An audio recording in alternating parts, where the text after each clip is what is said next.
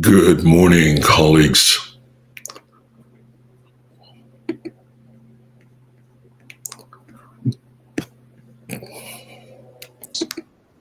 Good morning. Good morning. How are you doing? I'm not sure how well, but Well, I it's can an now hear you. That is a relief. yes, it's an absolute pleasure for you to join with us this morning. Uh, let me say good morning to folks who are joining. It turns out you're quite a popular man. We've had Oh gosh. this is a good thing. Yes, we've had a remarkable number of registrants. I actually didn't have an idea about how it was going again. So first, let me say thank you for agreeing. And by way of a bit of personal note, I'm in Seattle, so let me say good morning from Seattle, Washington. Okay. It turns out that the joint mathematics meetings are being held in Seattle, and so I have a few things to do as part of my broad work as a mathematician in this part of the world. So let me, for those who have not been here before, let me say that I am Terrence Blackman, chair and associate professor of mathematics in the Department of Mathematics at Medgar Evers College in the City University of New York. Let me welcome you to the Transforming Guyana series, which is now, I think this is 2 years and 7 months on. So 12, 12, 24, and 7. So this is our 31st episode. Part of the reason that we're doing it is because, we really want to impact those ideas that potentially can transform ideas, people, things that one wants to do to affect a transformation of Guyana in a way that we all think and hope that she will be transformed given this opportunity. And as we started this 2025, we could think of no better person to kind of give us a sense of the lay of the land. And I want to welcome you, broadly to help us kind of explore the opportunities and the challenges that shape Guyana's future. And, the broad goal of what we're doing is to inform, to engage, and hopefully to inspire sort of actionable insights. And today we're very honored and to have the Honorable Carl B. Greenidge join us for the hour. And I think this is one of the things we wanted to do. We wanted to have an extended chat with you. Many of you know that Foreign Secretary Greenidge has been a distinguished leader with expertise in governance, diplomacy, and development. And I thought I'd take a moment, because it's always very important to say who folks are. I tend to think that, of recent vintage, we've sought to we have not effectively valued expertise. And so if you will permit my indulgence, audience, to just read a few snippets from the bio to briefly introduce Carl Greenidge, highlighting, his experience and contributions. So Carl B. Greenidge is an economist by training whose background has been in the area of economic analysis, planning tools and techniques, as well as economic policy. After graduation from the universities of Exeter and London, he taught economics and undertook research at the universities of Exeter and London on income, employment, and growth impacts of agricultural innovations in Kenya. He has retained an interest in economic policy and planning, and as chief planning officer and secretary to the State Planning Board in Guyana, during which he was assigned to the SPC of East Germany to observe their techniques of planning. He was subsequently appointed to several regional and international expert groups over the years and has published work in several areas of economics. After academia, Mr. Greenidge entered the arena of politics. As a senior minister of government, he has held portfolios of finance, economic planning and trade, and latterly as the Minister of Foreign Affairs and International Cooperation. He has served as acting PM of Guyana and carried out on several occasions the duties of the executive president of the Cooperative Republic of Guyana. He's also distinguished himself in a career as a negotiator, as was, for example, the lead negotiator on behalf of the coalition of the 2015 Cummingsburg Accord, which yielded only the second such formation in over 60 years of Guyana's post-independence history. He has success in leading negotiations on behalf of the ACP group of states in relation to the ACP EU post-Lomé III and Cotonou successor agreements. And most recently, 2020 was one of the two ministers who negotiated on behalf of the Caribbean, the region's framework for Cotonou successor agreement. I think many of us today see the Guyana that we have, and we should be reminded that he led on behalf of Guyana the team which designed and successfully negotiated the economic recovery program, which was widely acknowledged to have restored Guyana's international financial standing and heralded until 2020 seven years of unprecedented economic growth. At the WTO, he has led the ACP technical team, which helped to defend the Latin America case against the EU and ACP, challenging the ACP EU Banana Protocol and the WTO waiver for the Lomé Convention.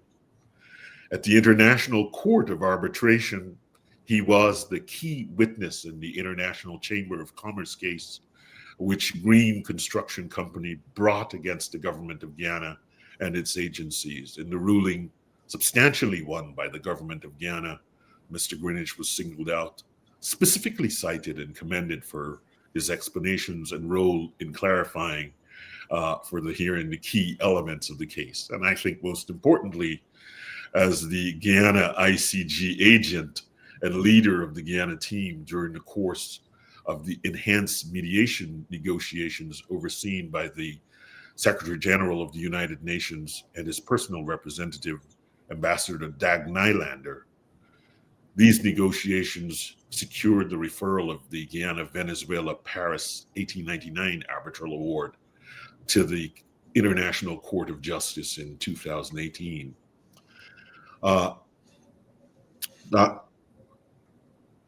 Foreign Secretary Greenidge was also a member of the International Steering Committee on the Global Assessment of Agriculture, Science, and Technology for the Development, and subsequently contributed as an author and a reviewer editor to the 9-volume report on science and technology in agriculture. He served on several boards in Europe, and he was the deputy chairman and on 2 advisory committees of the University of Oxford. So VP Foreign Secretary Greenidge brings to us a wealth of experience. And I think as we kick off this crucial year for Guyana, I can think of no better person to have this conversation with. So having said that, I wanted to say welcome again and thank you.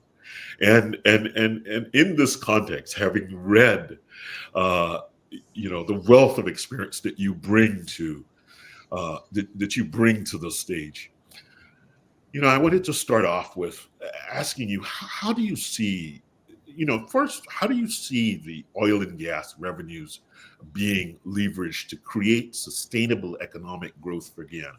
I think in light of your work, and this was where I thought in light of your work in the recovery plan, the ERP, I think perhaps I should start there, and then we will move forward. So welcome, and the floor is yours. Well, thank you very much, Terence. If I may address you, Professor Black. Absolutely. for the kind words of introduction.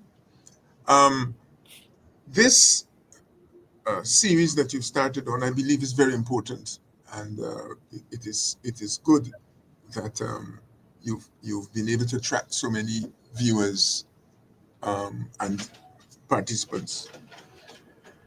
The economy of Guyana has struggled over the years as a result of a variety of factors, some of which are policy, caused by policy, and other factors that are the result of where we find ourselves in the world. You know, you have control over some things, and some other things have control over you. The advantage of the discovery and exploitation of petroleum and oil for Guyana will lie in the immediate boost that exploitation gives to Guyana's revenue stream. This is the first and most important factor, and the most obvious one. The impact of oil compared to manganese, bauxite, and sugar in the past should not be underrated. I think a lot of Guyanese do perhaps fail to recognize that oil, because of the market and the revenues associated with it, is almost unique. Not that it's a unique product, it's just the market that we find ourselves in, where all the world's activities turn upon energy, oil. And in order to generate and distribute that energy, we have chosen, or we found ourselves in a situation of using petroleum. And because so much, therefore, moves on petroleum, the price of petroleum is very high. And relative to Guyana's output, the value of oil and gas is very high. So let me put it this way. I see some figures recently suggesting that between 2020 and 2023 alone, those years post 2020, the production of oil and gas in Guyana, it's primarily oil, increased by 425%. That is a testimony to the capacity of the companies that are working on the oil and gas fields. It has moved Guyana in 2020 from a position of per capita income below the average in the region and across the globe. It has moved us to a position in which Guyana's GDP is above average and rising and rising rapidly. And that GDP at international prices has moved from roughly 5,000 US dollars per capita, that's international dollars per capita, to something like 35,000. It is a tremendous increase. And I think most people acknowledge that it is a rather startling increase, attributable in part to policy and without doubt to the capacity of the consortium of companies producing petroleum um, in Guyana. And the immediate consequence of that kind of revenue increase is that we're in a position to deal with some of the biggest problems we've had over the years, ranging from, and those of you that are young enough to recall the difficulties of the early 21st century, public sector revenue inadequate, per capita incomes inadequate to meet cost of living needs. None of this has been eliminated, but the flow of revenues from petroleum can, properly managed, make a significant impact on those indicators. So issues such as indebtedness, we were one of the world's most seriously indebted countries, can be addressed. Issues such as the state of our net international reserves can be addressed. We had such inadequate international reserves that from month to month we were challenged to be able to find the resources with which to import the goods and services we needed to keep Guyana rolling from day to day. Production levels outside of petroleum also mattered. We are a major producer of well, we are a producer of primary products, ranging from manganese to sugar, to balata, things that are more obscure perhaps. And we find ourselves in a situation where infrastructure, roads, rivers, air transport, um, and industrial infrastructure in particular, are grossly inadequate. The increase in the road mileage, the mileage of paved first class roads in Guyana, has not moved in accordance with those figures that I mentioned as regards per capita income. If our road mileage could have increased by anything like even the 25%, let alone 425%, this would be a transformed police. So I hope that would give your audience, Terence, an idea of what the revenues need to be channeled to. We have problems of potable water, intestinal problems and illnesses are a major problem in Guyana. Environmental illnesses are a major problem. So health is an issue, as it is in most developing countries. To the extent that you have financial resources, you can now address those physical manifestations of underdevelopment. And this clearly is one of the major priorities of the government at the moment. But what I want to go on to say is there is also the need to recognize that your capacity to actually enhance these material indicators and resources will depend upon other things as well. Training, the management and encouragement of human resources. We have, I think, distinguished ourselves, not in a flattering way, together with other countries, and I mentioned Jamaica not to be rude in any sense, derogatory in any sense, but to say that amongst the countries of the world, these two are amongst those who lose the highest proportion of trained manpower. You cannot have long-term growth if you continue to perpetually lose trained manpower and expect that you are going to be able to make it up by foreigners, especially by foreigners from outside of your region who are not accustomed to cultural and other practices. So it is a challenge, it remains a challenge today. And if you look at the controversies and complaints in the press, you will see this constitutes one of the problems. So whether it is doctors who are leaving, professors of mathematics who are leaving, um, professors of sociology. I see a political scientist appearing on the screen. Um, it is important to understand that it's no use building roads and stellings if the human resources to manage those and also to inform your populace are being lost.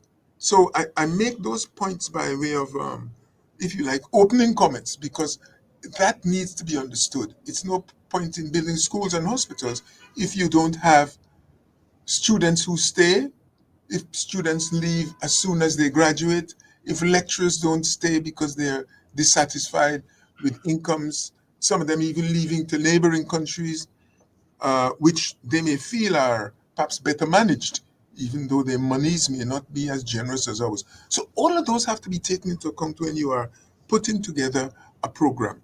And in this particular case, income enables you to be more attractive to partners in international economic cooperation and international trade. Recently, one of our ministers mentioned about an indebtedness to the uh, indebtedness of the Dominican Republic to Guyana, and seemed to suggest that the willingness of that country to pay debts that been owing to us for more than 10 years arose from maybe the handsomeness of ministers or the elegance with which they dress. It has nothing to do with that. It has to do with the extent to which there's international confidence in this country and that it will grow, it will continue to grow, and the facilities upon which fruitful cooperation can be based will be in place if they're not already there. So that is, I'm sorry to have taken so long, No, but no, no. I'm I think you've raised a question which is already sort of bubbling up in in the context. And you know, I think as you've sketched out, you've been building, so really leveraging this moment to build national wealth. And so, one question, which, given your work in agriculture, how do you see this question of diversification of the economy? We've seen a lot of, every day we see sort of, we're diversifying, but it's the sense of a robust economic diversification program, so that we don't end up where 95% of Guyana is based on a volatile commodity, and we make large plans, and then tomorrow we haven't really planned effectively to diversify. How do you see that aspect? Thanks, Terence. This is a very, very important issue for two reasons. One is that you, as an economy, Guyana as an economy, at this point in time, in 2025, January 2025, depends inordinately upon the production and export of petroleum. Down the road, it is going to get worse because you will add the production of gas to that. And if you are heavily dependent on one commodity, producing one commodity, that poses one set of problems for you in the event that the markets go up and down, the domestic market and external market. But it poses uh, additional problems as regards exports. So you depend upon export markets. So it isn't only a question, sorry, it is primarily a question of seeking um, economic balance, structural balance. You want an economy that is so structurally balanced that if a single market had a hiccup, you don't get a complete upset stomach, if we might use this sort of biological analogy. So this is the challenge we face, that you are heavily dependent on oil, inordinately so. You have also to ensure that in the years going forward, as you use the revenues to do some of the other things I've mentioned, you also diversify the structure of the economy so that if the price of lubricants or simply the price of petroleum falls by 30 or 40%, which is not unheard of. It moves from where it is to $5 a barrel or $8 a barrel in terms of crude. You are not going to collapse as an economy, as has happened to many, many Many petroleum producers. yes, and in that respect, uh, Sorry, one little point. I emphasize that to say that the diversification to which you refer must not be seen by persons only pertaining to agriculture. It starts right in the petroleum sector, because if that is your major source of income and it encounters a major hiccup and you're not diversified, all the rest of the system is going to go to sea. So you are right in pointing to agriculture, because agriculture, everybody has to buy food. The markets for agriculture are such that you cannot depend upon the rest of the world to deliver. And indeed, today we've seen countries using food as a weapon of war. And we are not without enemies. So one of the things that we have to do, diversify in relation to petroleum and also diversify in agriculture. And if I might map a little bit, the diversification much must be such as, again, borrowing a little bit from the work of the new school of economists out of the Caribbean and made famous by Clive Thomas, that you are producing things that you can consume, not only that you can export, but things that you can consume, and consuming things that you produce. In that way, you have a circle of production and consumption that are complementary, consistent one with another. That's the sense in which diversification is important, and the sense in which agriculture is important, because by diversifying the agricultural sector, you are in a position actually to bring as part of the gainers from this exercise the poorest members of the community. Lowest incomes in this country are associated with agriculture and rural uh, um, Activity. habitation, not Yeah. I was going to say employment. It's not. Sometimes they are unemployed or underemployed in the agricultural sector, as is also in some of the inner urban areas. So that is important to marry with these higher levels of income, the activation of production, new technologies that will enable better productivity in agriculture, because this is one of the big problems there. To the extent that you have these sorts of incomes that we've spoken about in relation to petroleum, then you can pay early attention to enhancing agricultural productivity, forestry productivity, the productivity of those fisher persons who are working on the rivers and seas. It isn't only about oil. It isn't only about oil.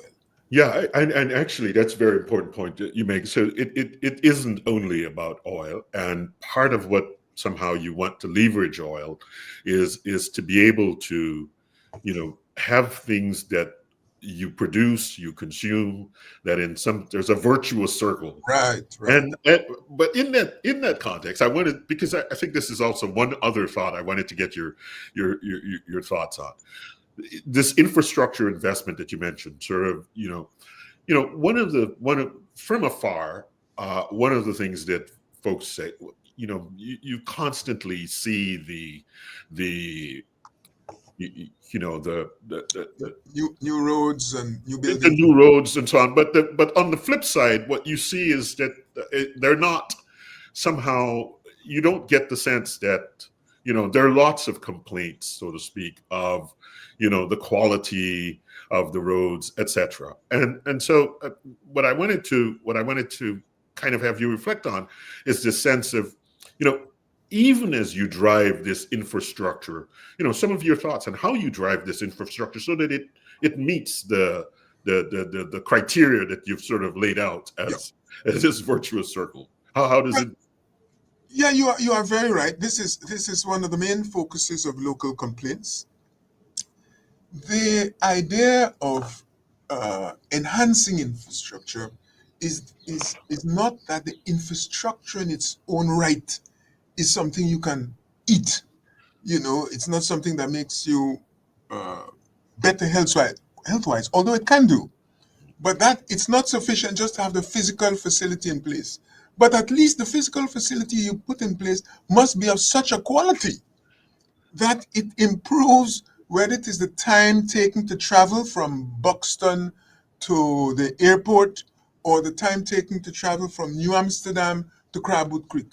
And the points that you raise about quality affect us greatly, because you have had situations. We've had situations in the past where the East Bank Road, having been built, and in this case by a regional firm, uh, in circumstances that most people regard as questionable, built the road, and it had to be rebuilt 4 or 5 times within 4 or 5 years. This is unacceptable. It is a waste of resources. So one of the things that has to happen in undertaking the infrastructural uh, enhancement in Guyana is that the rules of quality, which means that procurement arrangements have to be very tight. In fact, I would say that the more money you have to spend, the more careful you have to be about how that money is spent, because people are going to become disillusioned about what the money can do, and whether the benefits are getting to them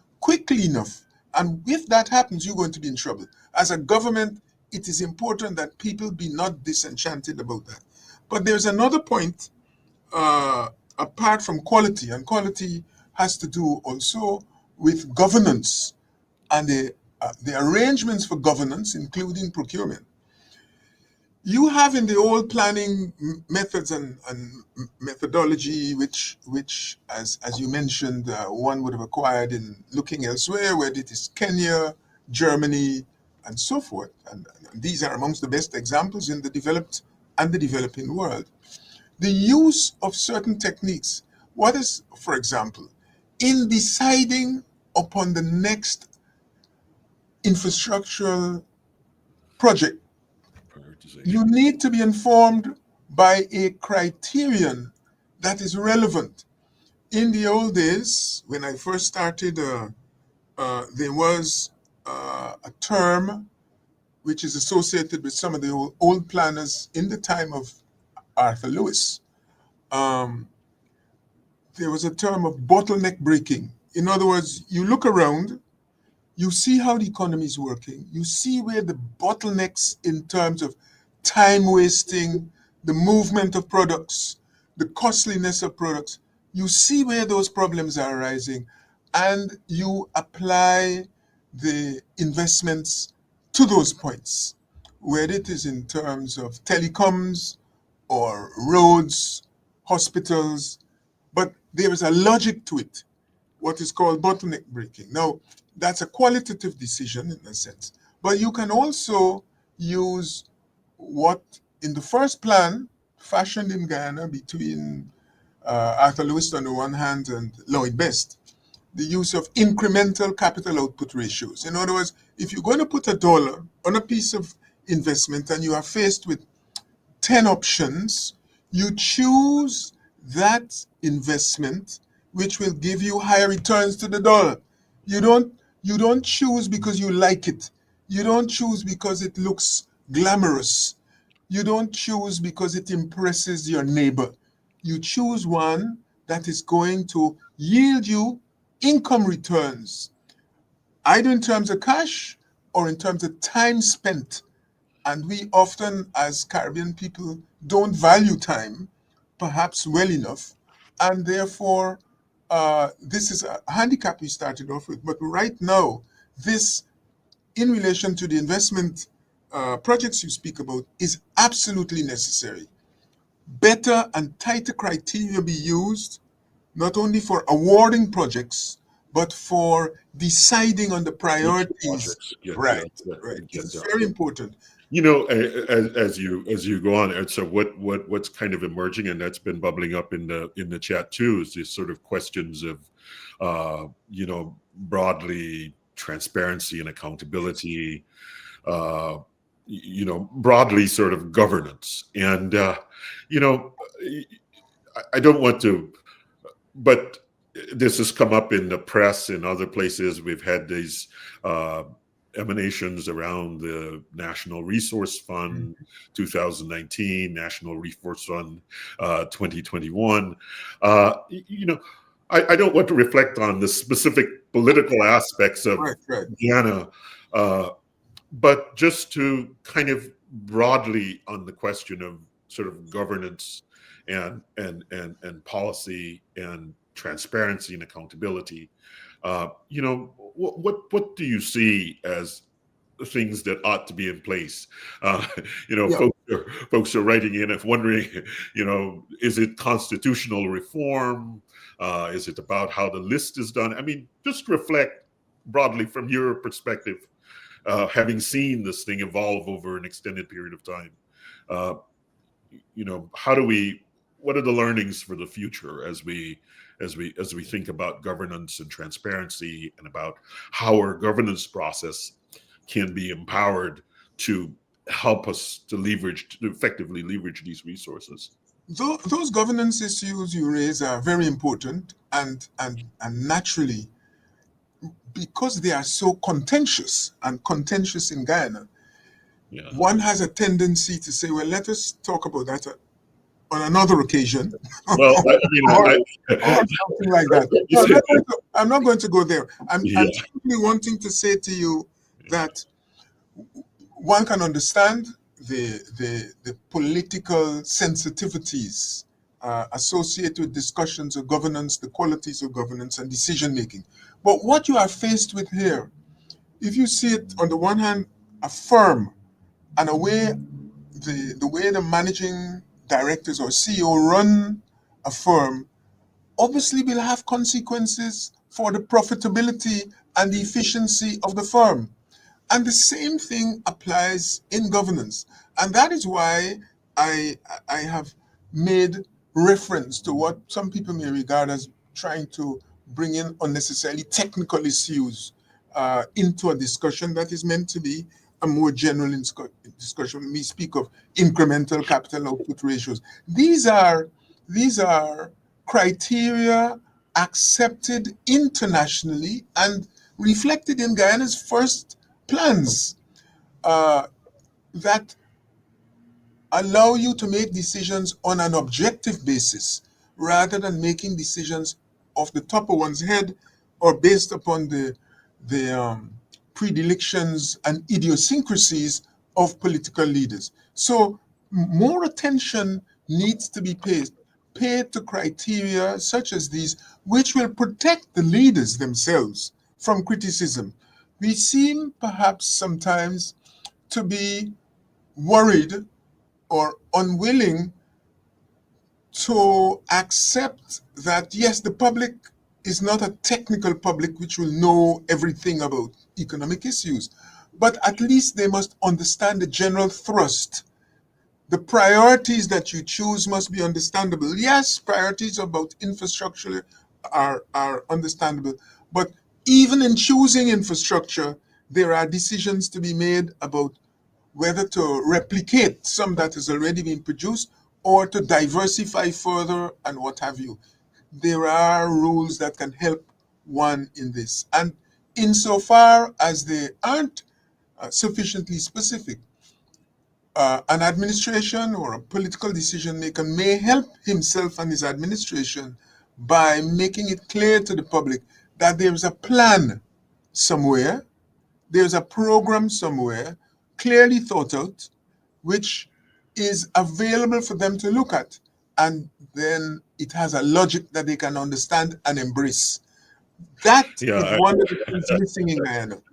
yeah, I like the way you framed that. There is a plan somewhere that is clearly thought out, that has a logic that can be looked at and embraced by the broader populace, that informs the sort of developmental And they must be strategy. able to see it.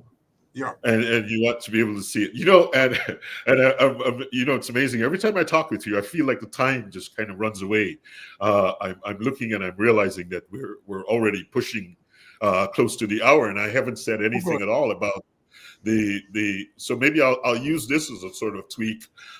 So I noted a few days ago, someone sent me a note that President Maduro has said that very shortly there will be a governor for Guyana Essequibo, and so I want to frame this in the context of what you've been just discussing.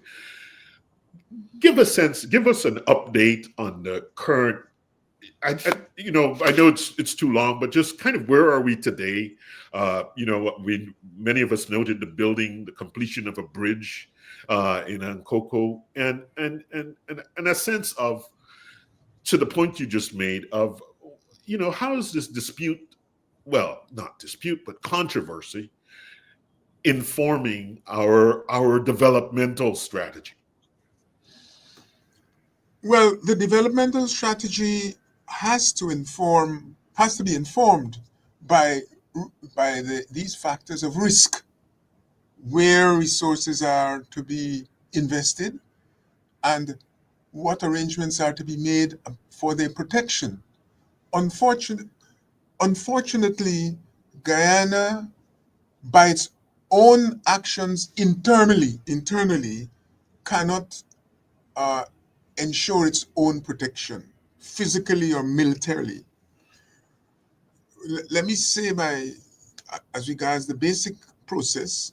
The basic process as we saw it in 2015 was the first step involved making the United Nations aware that we were not happy with the process of good offices, because this was being abused by Venezuela, and therefore for them to direct the matter to a forum where a definitive decision could be taken.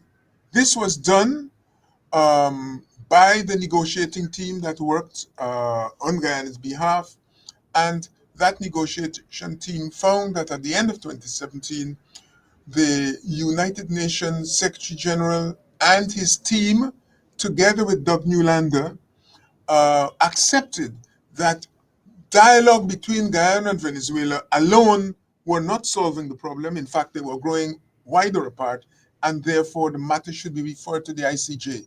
It was referred to the ICJ. We lodged a complaint with the ICJ, and the ICJ is supposed to be looking at the substance of the issue, which is whether the 1899 award was valid or not. There's no other issue. A whole set of other issues are being raised by Venezuela, and they sought to raise in Argyle and by some of our Caribbean colleagues.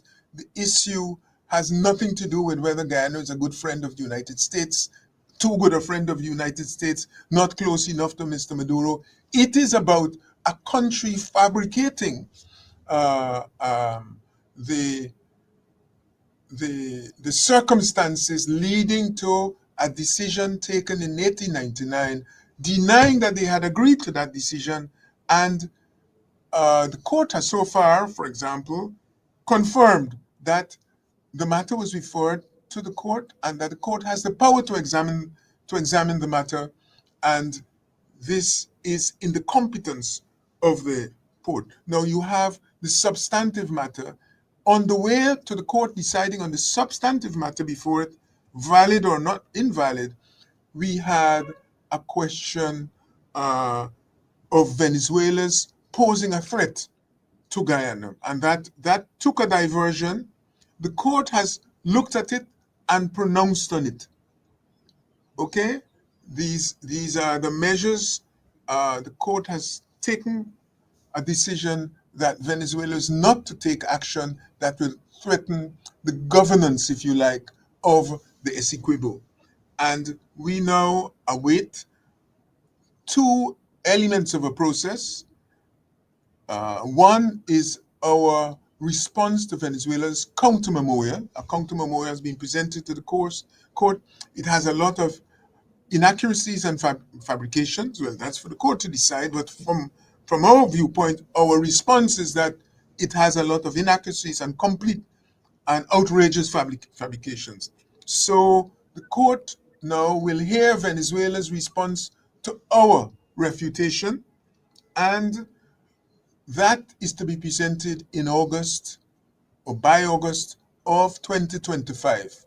After that, the court may have a couple of questions to ask of the two parties, and then it will be in a position to make a decision. Now, in my view, and I'm sticking my head out here, my neck out here, that process ought not to take us beyond 2026, if that far, because the major issues, the substantive issues, have already been put on the table. And therefore, short of Venezuela's generation of new diversions, the court ought to be in a position to make a decision. That is where that starts. But because of the risks associated with Venezuela's behavior, a behavior that suggests that notwithstanding an international body making a decision, we've seen this several times, they either deny that this decision was made or that it was properly made. We have to do diplomatic work to ensure that our partners in the region, whether it be CARICOM, Central America, Latin America, and the Caribbean, or the international community as a whole, as represented by the Security Council or United Nations General Assembly, we have to devote a lot of skills and money to making those foreign and countries aware of our plight and the dangers of a more powerful military partner seeking to engage us in a dialogue, which dialogue is merely aimed at overturning legitimate decisions that have been made in the past. Venezuela has been doing this since 1962. Call for dialogue. When you have dialogue with them, the dialogue is accompanied by military force. And we saw this a year to the date. Uh, yeah, I Foreign stop. Secretary Greenidge, I wanted to. I just had a thought, which is kind of, as I listen to you, saying, Venezuela has been doing this and So, yeah. since the early 1960s, and there is a sense in which we've gone for almost a half of a century with this process. I want to ask, this is kind of just an off the beat question. How do you feel? Because it seems to me that, I mean, do we have young people graduating or high school graduating University of Guyana who will be able to kind of carry this fight forward so that they're informed intellectually, they understand the issues, they understand the history? I mean, do we have a a Guyana Venezuela working group that is primarily as part of our national security infrastructure that is just focused on this issue in a sense because of its existential nature? I know that came out of left field, but I just thought, how well are we preparing? How many It is people understand the it history? is a genuine question.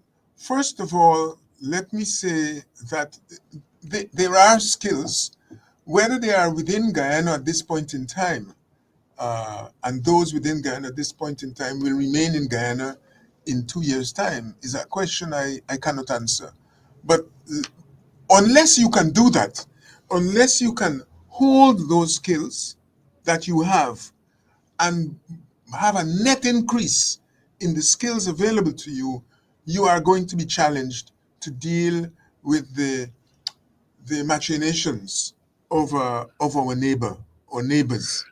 And the Guyana has to devise more explicit policies at the level of government, in government, that is the administration itself, as well as in Guyana. And when I say, you need people in the public sector, you need people in the Ministry of Foreign Affairs and so forth. That's obvious. That's what I'm talking about. But you also need people out there in the private sector, in non-governmental organizations who will stay in Guyana.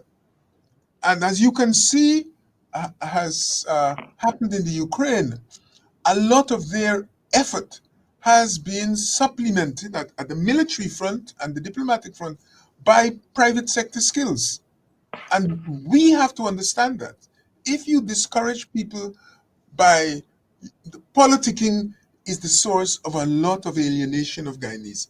A lot of Guyanese leave this country due to the politics. Whether you blame one party or the other, to me, is irrelevant. Together, they contribute to that problem. And unless that is fixed, you're not going to have the people when and where you need them. There's no reason why we cannot generate the skills we need, but you cannot afford to bleed, suffer the loss of skills that we currently suffer and survive. So the point you're raising has it is something I wish I could devote my attention to. When I was teaching, there was an opportunity to encourage students to take up things that are relevant to us. But it isn't so easy now, and a number of policies need to be looked at to mobilize and bring those skills closer to us.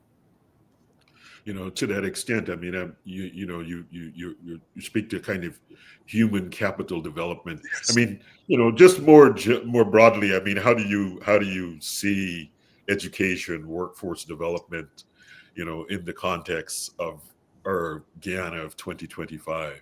Education, as you look at it now, is absolutely critical. I was mentioning Guyana's dubious distinction with Jamaica of losing their educated human resources. Um, you need, it is a high priority to utilize and develop infrastructure. You need those skills to ensure that you have engineers coming off the line at UG, to ensure that UG's output is widened, to ensure that you can take advantage of the UWI, and North American universities. You need to do more at the University of Guyana.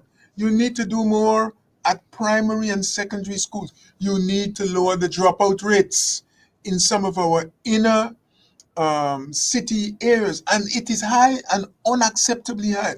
I know I run the risk of being uh, criticized and attacked by the government for this, but there is a loss of skill in in a place that we can't afford that loss of skills. It's not only qualified doctors that you suffer from when that affect you adversely when you lose them.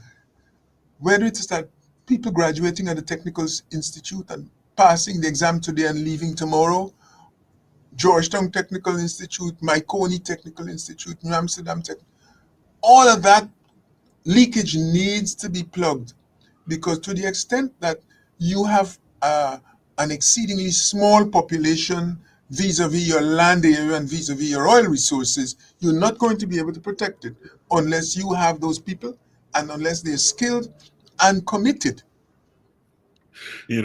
As you speak, so in a sense, I want to ask them, and I have no agenda here, but you know this has been one of the animating aspects of this program, was to think about ways in which the diaspora can play a role in this context.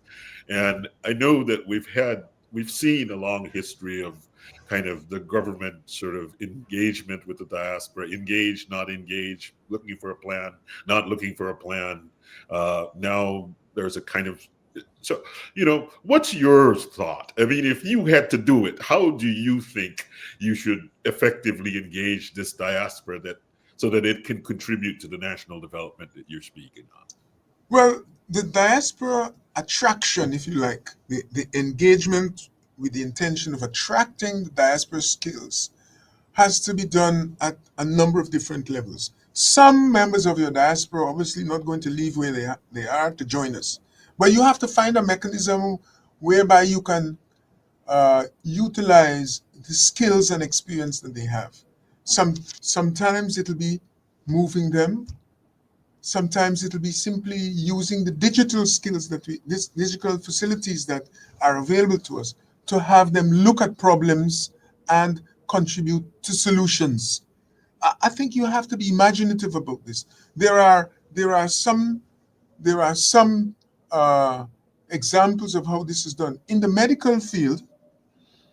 Not much in education now, as far as I can remember, but in the medical field in particular, I suppose because of the commitment to enhancing the humanitarian uh, status of Guyana, many medical doctors abroad, in North America in particular, have volunteered to come to Guyana physically and serve without an income that Guyana provides for 2 weeks, 2 months, and longer, some of them. You have to, in order to attract more of those and keep them, you have to ensure that the local facilities are adequate. I mean, if you are bringing kidney specialists and eye specialists and ontologists, you have to have the tools that they can work with. Some of them actually work with their own skills and bring friends who are not Guyanese at all, who may have never been here. This is a very impressive thing. More has to be done to bring them and to hold on to them and to encourage them to keep coming. We've had problems in the past where some of the locals have tried to discourage them in a variety of ways. I don't want to get into that, but we have arrangements that are bureaucratically unacceptable, whereby people who, in normal circumstances, would be able to work in Guyana are told, oh, when you must pay a fee, you've paid your fare to come to Guyana, you've ended up at the Georgetown Public Hospital or at Mbaimadai, and somebody suddenly says somewhere, you are not qualified to um, Practice medicine. practice in Guyana because you haven't paid $1 million somewhere. No, this is a no-brainer. The government itself should take on that task. Yeah. The government should take on such a task and protect people from this type of harassment, let me say. And sometimes when you see what has happened, you have to treat it as harassment. So there are a number of areas like this. We have musicians. We have some composers who have written and composed and arranged music for some of the world's outstanding singers and musicians. And those skills Yeah. are not available in Guyana. We had a friend of mine who died not so long ago, well, perhaps a while ago, who was an arranger for steel bands. I don't know how much of that skill is left here. Yeah. Two of the men I know in that field have gotten old. There are young ones, but you need more. And you're saying you're putting steel band in the schools, but Yeah. you need to do more to make sure the Sure. human You resources. know, I think you raise a very important point, and it struck me that is an entire program that I'd like to sort of. I mean, the question of the arts and the question of the revitalization of the arts. I mean, the arts in its true sense is something that I think that also should inform a kind of educational vision. I'm mindful of the time, and you can see there are two big elephants in the room, which have been, and perhaps just to give a thought or two, which have been sort of bubbling up. So, I often think the question of ExxonMobil and its relationship to Guyana is one that what does that partnership look like? How does that partnership work so that Guyana benefits, so that we don't undermine the investment climate that is a part of Guyana, that's foreign direct investment. I mean, I often think that we've been very fortunate. I think we don't fully appreciate sometimes how fortunate we are, in the sense that if someone pours $50 billion into this resource, we're seeing the benefits of it. We can have but we also need to hold on to our Guyanese sovereignty, and we also need to make decisions that are based in the interest of the people of Guyana. And so there needs to be an appropriate balance, a partnership, as it regards sort of the folks, the international companies that will engage Guyana. I mean, I suppose I could say from your time, this has been a challenge. I mean, we've seen in the early negotiations with the bauxite company and the movement towards a certain kind of economic policy. So this is something that weighs on folks, and it'd be good to kind of have your thought on this, and then perhaps more local.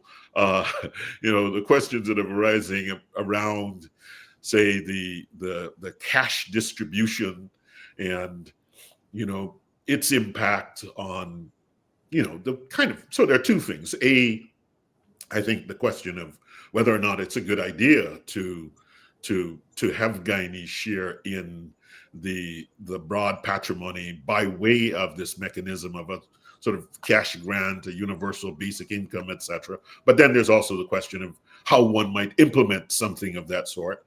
Those are questions that are there.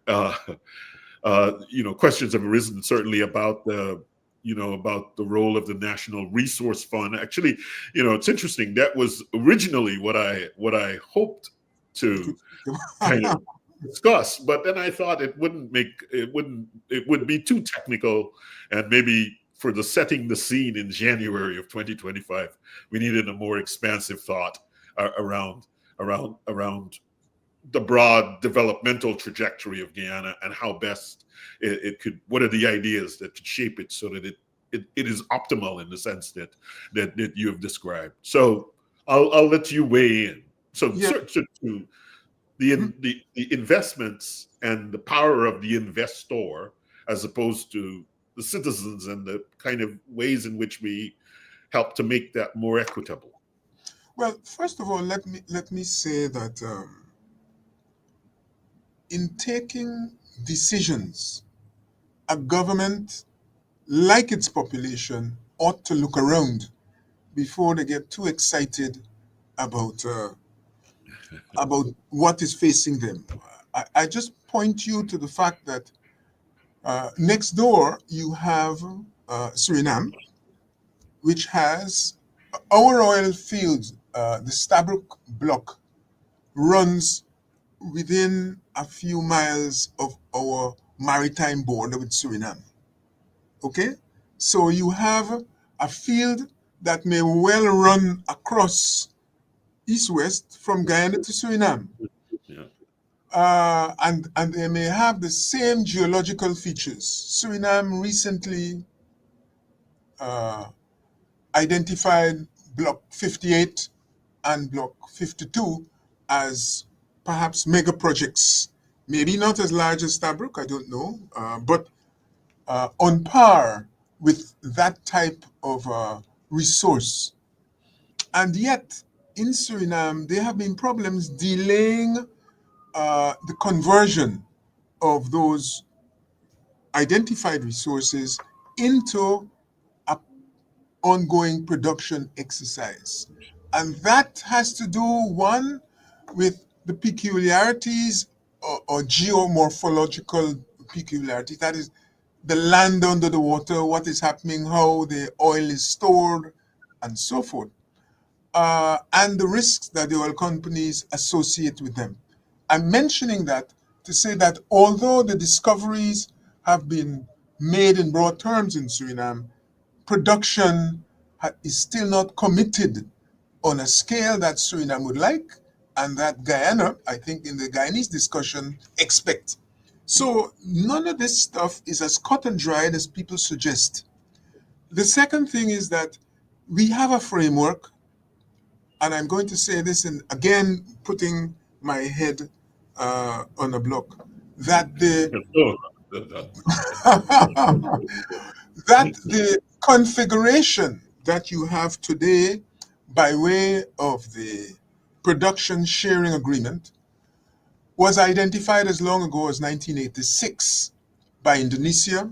We adopted it in the 1980s and have refined it since.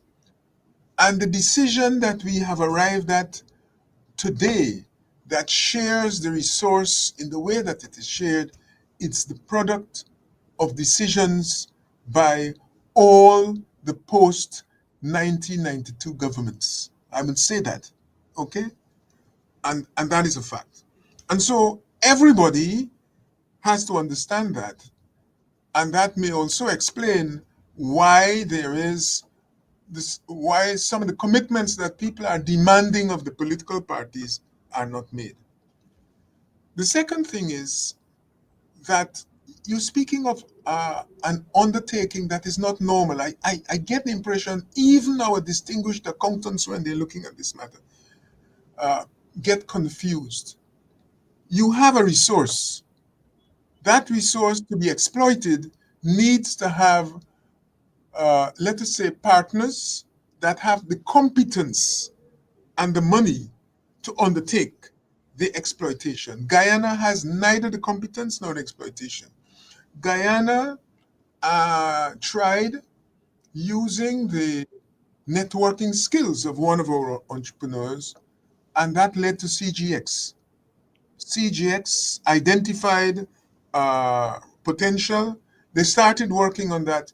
And when the drilling work was being done by CGX, it was discovered that the pressures, and I'm not an expert in this, but I understand that this is true, the pressures were so great that CGX now had to find a partner with the technical skills and the financial resources to deal with such a well. And in the course of doing that, they have in effect lost control of that well. Am I making sense to you? So no, no. it's not a Yes. question of identifying an oil company and saying, "Hi, you have money, you have the skills, come and drill," because it has to you have to ensure that they committed their resources and skills to that, and when they run into problems, they don't abandon them. That you are not abandoned. We've had many, several experiences, whether it is of the drilling in the Rupununi or the drilling of the Quarantine, where oil companies started and walked away and left us. It is not an impossibility.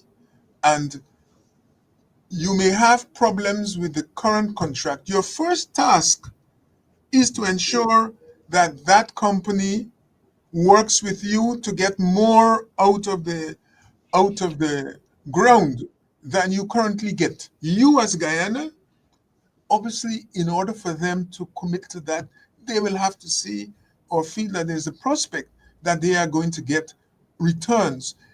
Undertakings by this, where one partner provides no money and only provides the natural access, or only provides access to natural resource, is not the same as a company coming and investing in setting up a joint company with Guyana. It's not the same, and the obligations are not the same. And we speak about the PSA as though it is such an arrangement. It is an arrangement that allows, and I want to make this very clear. My understanding as an economist, I don't care what accountants say, they need to look more carefully, is that in the development phase of these wells, of this resource, the oil companies will get more than the country does, at least let us say in the first 8 years. At the end of that period, the share of the country or the share of the treasury will increase. That is what the rule says. Now, the tax regime is another matter. I don't want to take that on now, but I think it needs to be understood. The revenues going to the oil company will be like that at the beginning, relatively even and larger than yours, and eventually the treasury will be taking a larger share of that. Now, somebody will tell you, oh, by the time they get it in 8 years' time or whenever, all the oil will be gone. Oh, the oil is I don't done. want to go there. What I'm saying to you is that these are decisions. You can take them at one point in time. They may turn out to be inadequate or wrong. And you have to look at that as you go along. But we have settled into a sort of hopelessness and a hopeless aggression at times that is alarming. We are getting benefits out of the exploitation of the resource. We will get more benefits down the road. It is not the case that you can simply say, well, last month Exxon got 40 billion dollars in terms of revenues. Guyana only got 4, therefore it is unfair. You have to look at the time flow of the revenues coming from the asset. That's the only way it's going to make sense. And so, no, all I'm pointing to is the need for some patience, but also saying to you, you're asking about the citizens versus the investor. You also have a responsibility, and I'm saying this without fear of contradiction, that as a government, the government has to ensure that its revenue collecting authority has as many and as high levels of skills as possible. Yeah. We talk a lot. Oh yeah, we should have taken this more from Exxon. But what is actually the law saying that you can get from Exxon? Are we sure? Or are we optimizing what our That current is context that is? is the story. Uh, I am yeah. not sure that we can say that. And so that element needs to command more attention.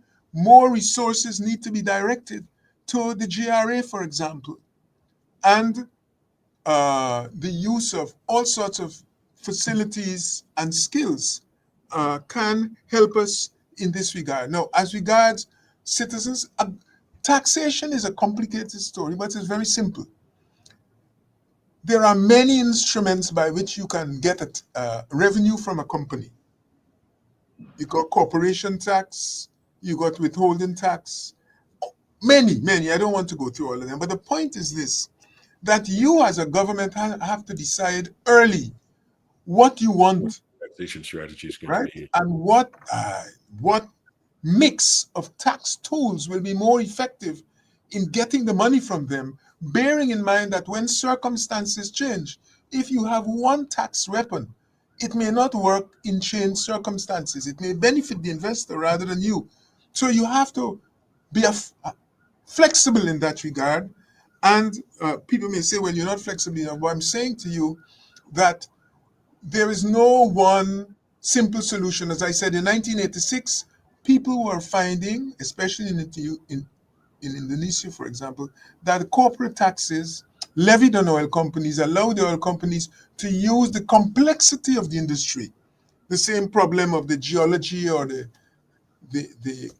location of the oil on the ground, and the technical process allowed them to hide uh, their revenues and allowed them to inflate expenditure. It is not true that there's a far simpler method of getting money out of these companies.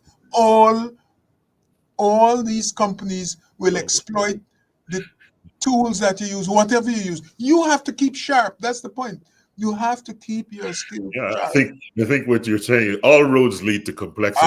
You need Absolutely. you need a few people on your side committed to your interests who can manage that complexity, Right. and And who you need can more. You need, and you however need more many people. you need more. But the last point about the citizen, other than by getting the money by taxes, uh, is this, that the revenue that the government receives, it's up to the government to come to a compact with the citizens and the representatives of the citizens as to how that money is to be used.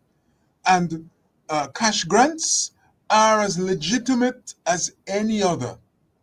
Cash grants are as legitimate as any other. Yes, it has disadvantages. In the old days, economists used to say that it is likely to result in a withdrawal of effort. You give people cash and they go home and lie down and sleep all day. Well, I think the reality is Yes. that today, that is not believed to be true by the cognoscenti, those who make their income from looking at such things. And there are many examples, even outside of Norway, where income is made available either as negative taxes or as cash grants to members of the public on the clear understanding that this will enhance the commitment to the development goals and more efficiency. We have to understand that that is working elsewhere, and you have to pay attention to your country and its institutions to ensure that people don't, if you like, react negatively to that. It isn't only the amount of cash that you give them that will determine how they behave. The environment in which they work, how the government deals with them, Yeah. the private sector as a whole, what they see happening in wealth distribution, all of that matters. It's not just whether you give them 2,000 US dollars a year or whether you give it to them a week. There are many other things, and we tend to simplify these things beyond the point where discussion can be intelligent. A lot of that discussion has passed that point, I'm afraid. I don't want to be rude, but you have to stop and think about what it is that can be really done. And I see now on the screen some Yeah, questions about the yeah. time. No, I think, and I have to say, Rennie is also an Quite, economist of some. yeah. Well, So, this is your point. Is quite right. but I think that's, I feel like this is one of the reasons. I think this is what is missing, and it's so refreshing to talk to you always. I think that in a we've not been able to have intelligent, informed decisions with experts to say, here are a set of policy choices. Among the set of policy choices, here are the ones that we think work for us politically. Here are the ones that we think work for us socially, and so on. And so maybe in a sense, someone has been saying, we'll have to. I don't know how this works, but we'll have to have you come back and do another one of these hours, because I'm noting here that it's. So it says 8:45 on my time, so 8 and 3, so it's 11:45 Eastern time. We've gone past what you promised at Right. 11:30. Uh, but as you can see, when you're having a proper conversation, sometimes the time slips away, And and more I'm very, questions, very, more questions and comments are emerging from the audience. yeah, yeah. So I maybe seek your indulgence in two things. So this question of the question of the way in which the Natural Resource Fund works, Natural Resource Fund 2019, its refinement or change. Natural resource 2021 has been a source of issues. I mean, I have read both of these, and they, as documents, they seem to be, you know, in a way, aspects that complement each other, and they're not as contentious as, you know, some aspects Yeah. are not as contentious as appear in the media. But I think, you know, I'd like to hear you reflect on that, and just given the time that we're, so the last question I had for you is, you know, just to take a few minutes to kind of, you know, look forward to a 2040. I gave you a far date out so that you could you could cast your mind out given the experience that you've had. Uh, you know, so reflect for us on the business of the Natural Resource Fund, its sort of broad role, and, you know, any kind of technical details that you think ought to be, and then take a step back and give us a sense of, at the beginning of 2025, the start of the end of the first quarter of this century, as a Guyanese of distinction who has served the nation in perhaps its most challenging period in the development of the economic recovery plan. You know, seeing the largesse that we sit with today, or and the battles that we're fighting, you know, where do you see us sort of down the road? And we'll close there. Thank you. Thanks ever so much again for your tolerance, Terence. The Natural Resource Fund is a mechanism that perhaps many people might relate to in another context in the biblical times, a recognition that, you know, you can move very easily from famine to feast and back. Just as when harvests are very higher than expected, it is prudent to ensure that you have storage. Yes. I'm not well enough versed in the Bible anymore to be able to identify for you um, the examples of that. But we are in a sort of a phase like that. Uh, the international the international market is such that it remains a risk. We've spoken about diversifying, but to the extent that you are here now in 2025 and you are reaping revenues, you need to avoid a situation in which you spend and then at the end of the year or in the middle of next year, you suddenly find you don't have money and you have to do what our neighbors would do from time to time in the 1970s and 80s. You suddenly cut all investment, you cut salaries, and you stop spending. So the idea is that you put aside a significant proportion of the monies collected. You give yourself a year. That is what this formula, our formula, is using. Give yourself a year to see what that money put aside is, and then you decide in the following year to spend up to a ceiling of the that old money. Because we do find ourselves in a situation where things are needed as of day before yesterday. And so you can't sit forever waiting. There's been a reference to the time value of money. So that is important. But I think what is clear is that the formula used is an arbitrary one.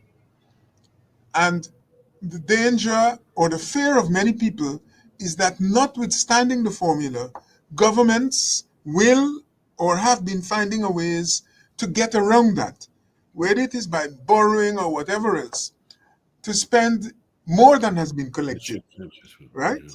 And then leave us in the doo-doo, as they would say. In a sense, this depends on trust. You have, and common sense, you have to say, well, just how urgent are the expenditures that you have? It becomes very, very difficult. It becomes very, very difficult to persuade the public or even members on your board that you are using the right formula if they are seeing expenditure which they regard as inappropriate or unnecessary or excessive. And so a lot of this has to do with balance. A lot of this has to do with balance. I'm not going to argue that, well, the formula should be that you can't spend more than 40% of what you collected in the previous year this year. Lower ceilings may be effective, but like a problem we were discussing earlier, men are always going to find ways around that. The thing is to ensure that what you use it for is absolutely necessary and that you don't waste it. That to me Is the is going to reality. reduce a lot of the complaints and argument over whether the natural resource fund is what it should be and the formula is adequate.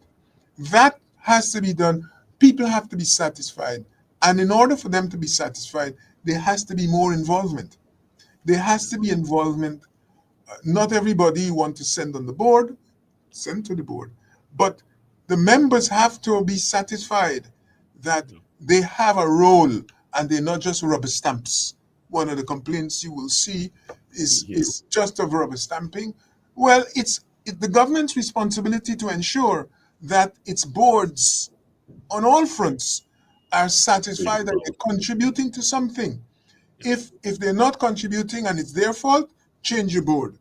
If they're not contributing and you can see as the public is saying, well, it's your fault, pay attention to the process that you have, Yeah, so that people who yeah. are working in public interest can be satisfied that their energy and effort is worth the while. I don't want to get more specific than that. No, I think you've synthesized it perfectly. I think I think I think the biblical allusion kind of gets it to just about right. And it's a question of, can we collectively kind of get the right level of trust in that Right, process, right, and so that right.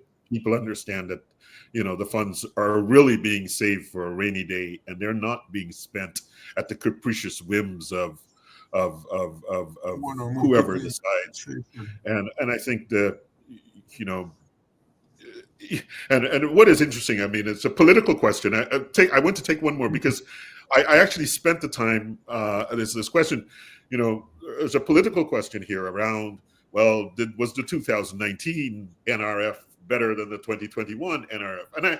And I think if you just simply read the documents and you analyze the question that you just raised around, how do you ensure a diversity of the board? Certainly in the 2019 document, there's a much larger cross section of representation on that board.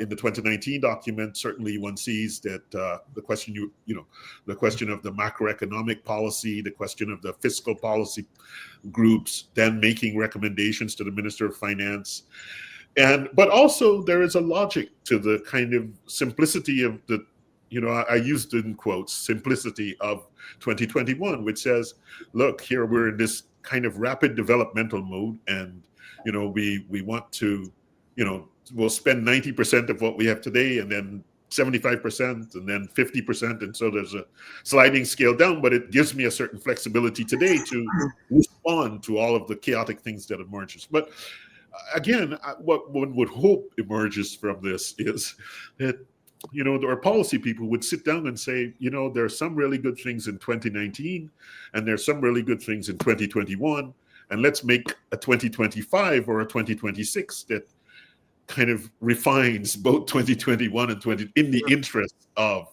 the people of Guyana. So, but as you can see, these questions really Yeah, require and uh, they'll continue to arise, and they are legitimate questions. I I agree with the contradistinction you're making in terms of the two structures of decision making. But again, as I say, people will always find, those in a position to do so will always find ways to get around whatever target you set yourself. I just remind you of the fiasco with NIS resources uh, prior to 2015, and even the difficulty of locating where some of them have ended up. The point is that, yes, if one person or two persons are making all the decisions, it is simpler, but it also exposes you to the risk that they may be wrong.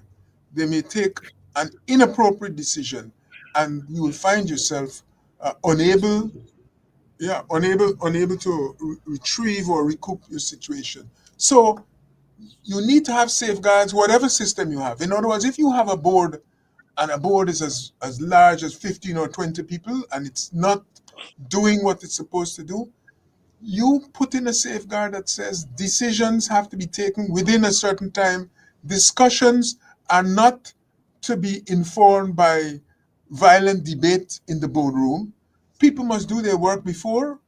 You may have them bring you suggestions or even papers, short, brief papers, to the board meeting. The board discusses those rather than waiting. In Guyana, people don't do that. They turn up to the meeting. Very often, they start reading the document in the meeting, or they wait for somebody else to explain what they understand by the document. It is a mortifying experience. So it is true that you have to be careful about the membership of boards, but you have to have rules. You put in place rules that will minimize these dangers. One person taking all the decisions on behalf of others, other people just turning up and being passengers. All of these things can be seen in many, many, many of our boards. The government and its advisors have to devote their attention to reducing those things. They have to pay attention to that because that's the reality. As some of the Europeans say, the danger is in the details. Yes, you can all agree to have a fund. It's not having the fund that is now the problem. You have the fund. But what are the details governing the management of the fund? How decisions are made by the fund? How the people are selected? And when they're selected, how you keep them constrained to work in the national interest? Is a lot of questions. Yeah, yeah, Mhm. yeah. It's Well, well, I'm all glad that that you were playing a role somewhere in this process. well, yes. But on the other one that you mentioned Yeah. So the about vision the thing, where do you see risks, it going? the strategic risks we face, you have to recognize that if you don't effectively and quickly spend that money, it may serve as a honeypot, an attraction to others to come and try and seize it. So it is in our interest to do what we have to do effectively and expeditiously, both effectively and expeditiously, if you are to help yourself in relation to the strategic challenges we face from neighbors. And so I give you the last thought on the 2040. What Yeah, kind of wrap yeah, it sorry. up? Yes. On the 2040, it may sound as though it's a long distance away, and I believe governments often operate on that basis. We can do what we want now, and in 4 or 5 years' time, we will fix. But the reality is that things don't work that way. If you want the economy to be working in a certain way by 2040, some of those mechanisms have to be put in place now. And the decisions that will inform Yeah, how you get there have to be made now.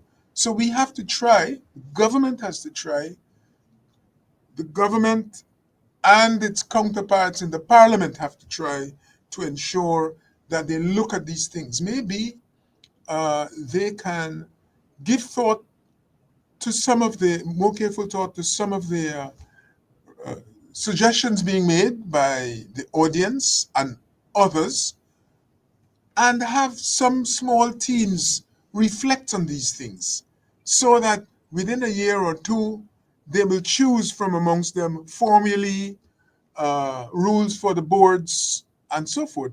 By the time you get to 2040, this will not be the subject of discussion at all. Those rules will be in place, and the public will not be wondering whether they will live to see the real benefit of the resources flow to themselves and their children. It's up to us. We have to do it. yeah. So Well, that's my word. You have to think I about. think as I'm always, I feel a bit inspired, so I'll go say something interesting. Okay. Uh, you know, uh, VP, Foreign Secretary, Foreign Minister, Just Carl is all right. international public servant, internationally recognized. You know, I don't know. I don't know if you noted.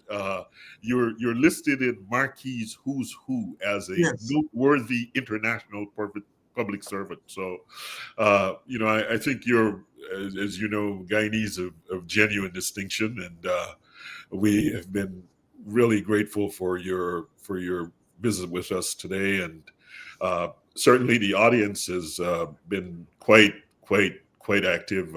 You know, Yes. it's been a really robust discussion, and I hope that it can catalyze many other discussions of this type. Uh, I think I come away from this with the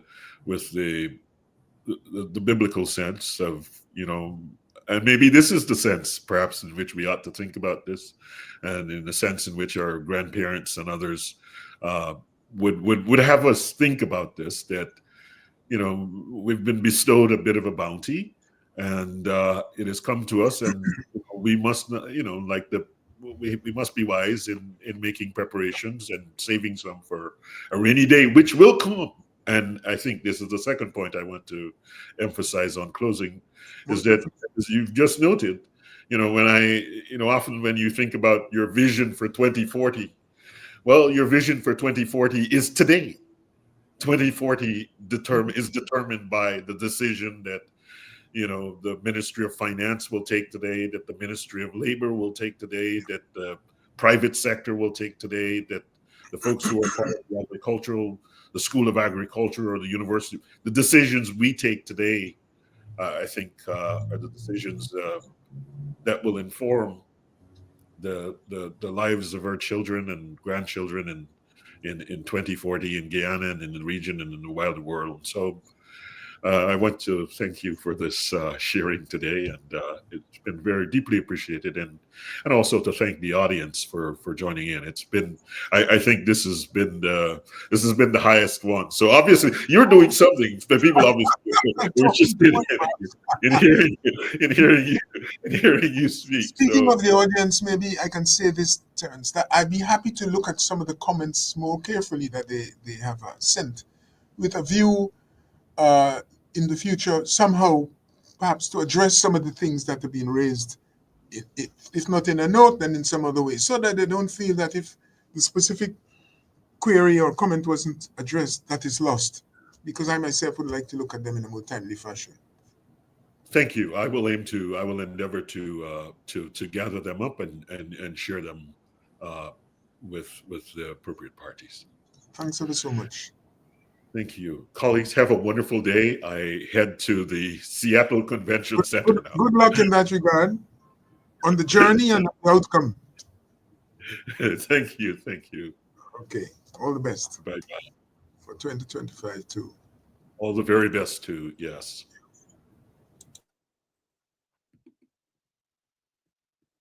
That was excellent.